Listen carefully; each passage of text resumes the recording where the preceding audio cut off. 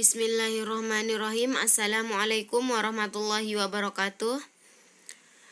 Perkenalkan, nama saya Holidatur Rohmi, nomor induk mahasiswa 19010404028. Di sini saya akan mempresentasikan materi tentang aliran akhlak menurut aliran naturalisme.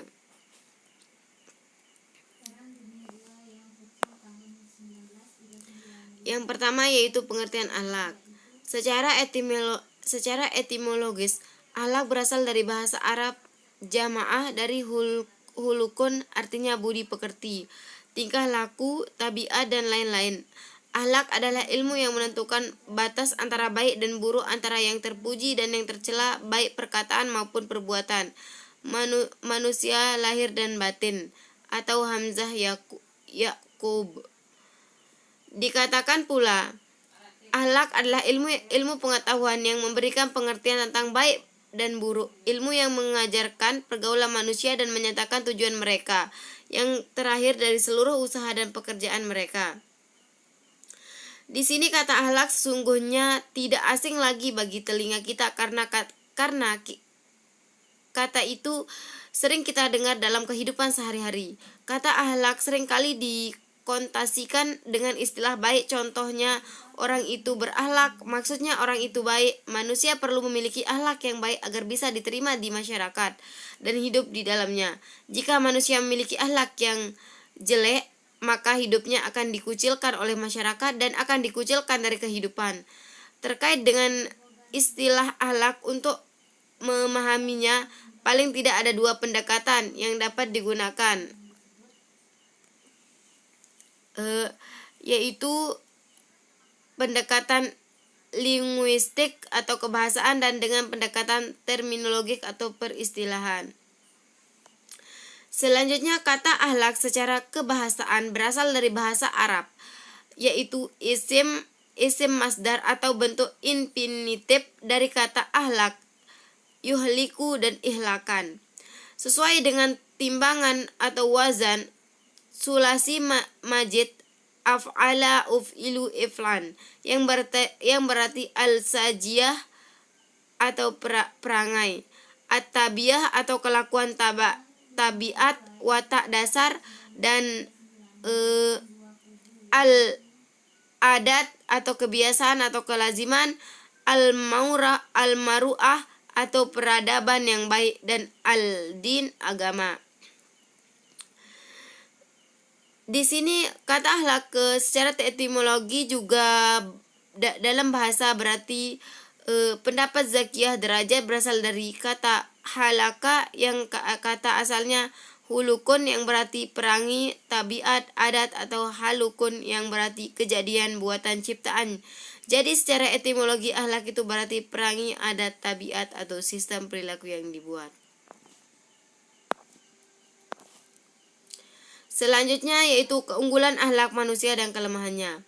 Manusia dalam Islam yaitu akal dan pikiran dalam fitrahnya. Manusia dibekali akal dan pikiran untuk berpikir dan membedakan mana yang baik dan buruk. Oleh karena itu, seseorang yang sudah memahami akhlak, maka dalam bertingkah laku akan timbul dari hasil perpaduan dalam hati nurani, pikiran, perasaan, bawaan, dan kebiasaan dan yang menyatu.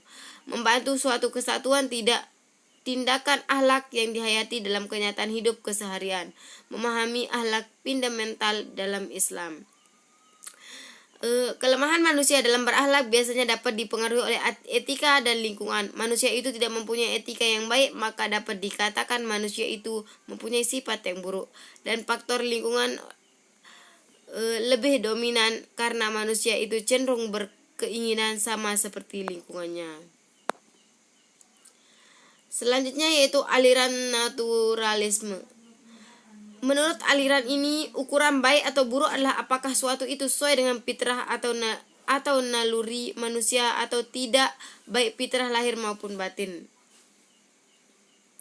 Apabila sesuai dengan fitrah dikatakan baik, sedangkan apabila tidak sesuai maka dipandang buruk. Pola pemikiran pada aliran ini menyangkut baik dan buruk didasarkan pada adanya kelangsungan hidup di dunia ini seluruh makhluk yang diciptakan di dunia ini hanya memiliki satu tujuan, yaitu memenuhi suatu segala naturnya ke arah kesempurnaan yang abadi.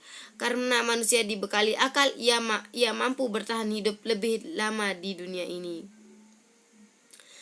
Dan di sini yang menjadi ukuran baik dan buruknya perbuatan manusia menurut aliran naturalisme ialah perbuatan yang sesuai dengan fitrah atau naluri manusia itu sendiri, baik mengenai fitrah lahir maupun fitrah batin. Aliran ini menganggap bahwa kebahagiaan yang menjadi tujuan daripada setiap manusia didapati dengan jalan memenuhi panggilan nature atau kejadian manusia itu sendiri. Itulah sebabnya aliran tersebut dinamakan naturalisme. Aliran ini berpendirian bahwa segala sesuatu dalam dunia ini menunjukkan kepada suatu tujuan tertentu. Dengan memenuhi panggilan nature setiap sesuatu akan dapat sampai kepada kesempurnaan.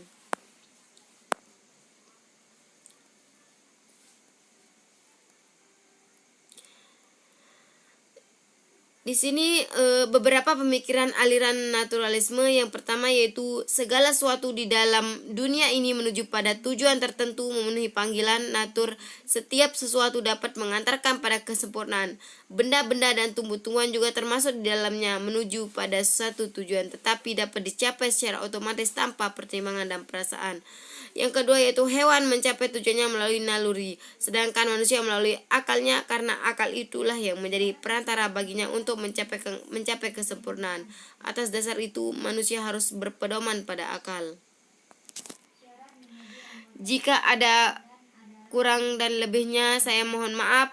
Sekian, terima kasih. Wassalamualaikum warahmatullahi wabarakatuh.